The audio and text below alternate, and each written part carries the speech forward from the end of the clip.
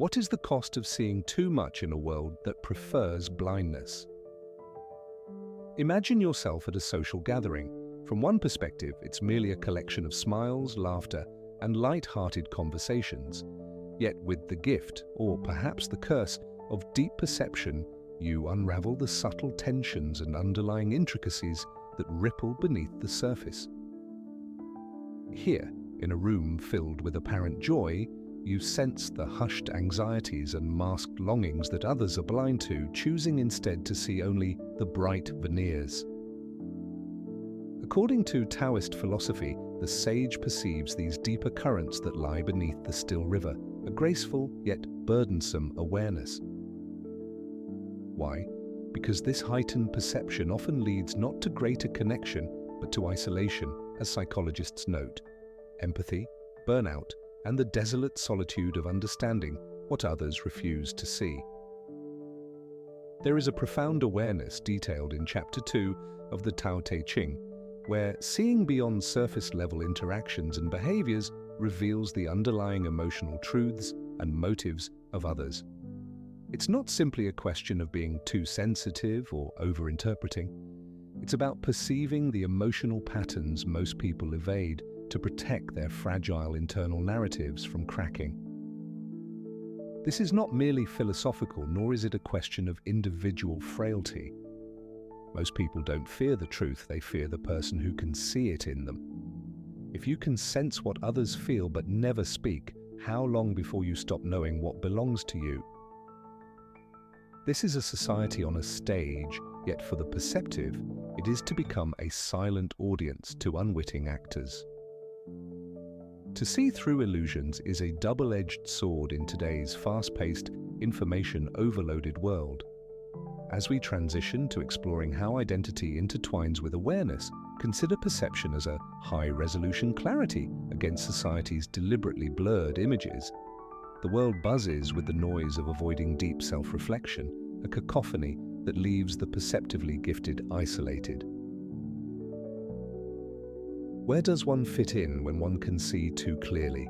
Navigating the tumultuous sea of identity in today's world is like trying to chart a course through a storm.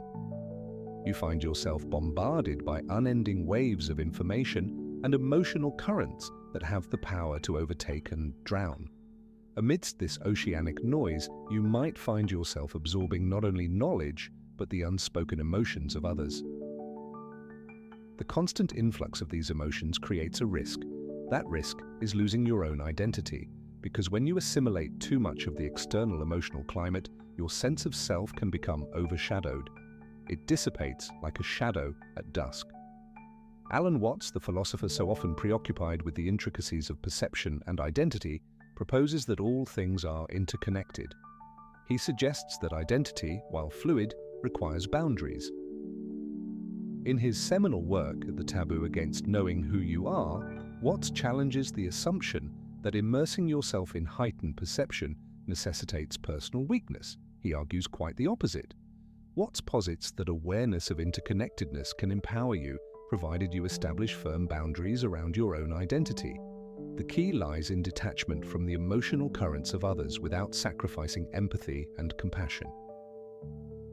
Ego dissolution, a central concept from Watts' writings, counsels you to observe and understand emotions without letting them alter your core identity.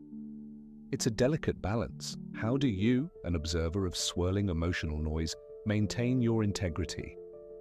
The answer isn't simple, but practical tools like implementing emotional boundaries can help. Emotional boundaries are essential.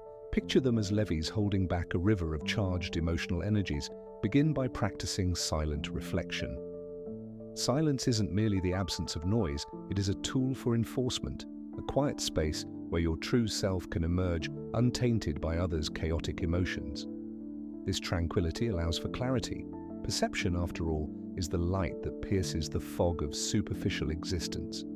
By cultivating silence, you create a sanctuary to deflect the tides of collective emotion and protect the sacredness of your identity. In this way, the perceived notion that heightened awareness equals vulnerability is dismantled. On the contrary, deep perceptivity offers you resilience and mastery over your personal truths. The provocative truth is that unchecked emotional projection can lead to identity dissipation. What will you do to protect your sense of self when faced with the tide of collective emotion? As you ponder this question, recall our earlier discussion on the burden of heightened perception.